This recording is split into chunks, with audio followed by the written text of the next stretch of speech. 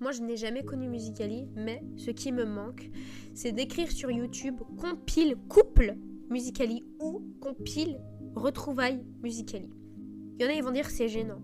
Mais moi, je ne trouve pas ça gênant. Mais je préfère voir ça que plutôt voir des couples qui s'insultent, des couples qui se crient dessus, des couples que si, pour faire rire, vous voyez. Moi, j'ai préféré voir les couples qui sont mignons. Ça me faisait rêver. À cette époque-là, j'étais pas en couple, mais ça me faisait rêver. Je voulais trop être en couple pour vivre ces moments-là, pour être en mode « Ah, ça doit être trop bien, faire ça, ça, ça. » Après, quand je réfléchissais, j'étais en mode « Attends, ça veut dire à la personne, il faut lui parler tous les jours. Ça veut dire à la personne, il faut aller le voir. » Et moi, j'étais tellement introvertie, tellement insociable que je ne pouvais pas. Revenons à cette époque-là où on n'était même pas gênés, quoi. C'était trop bien. S'il vous plaît, revenez Lisa et Lena. Les personnes qui ont connu Musical.ly, ils savent de qui je parle. Lisa et Lena. C'est deux jumelles blondes. Elles ressemblaient trop. Elles faisaient des petits trucs.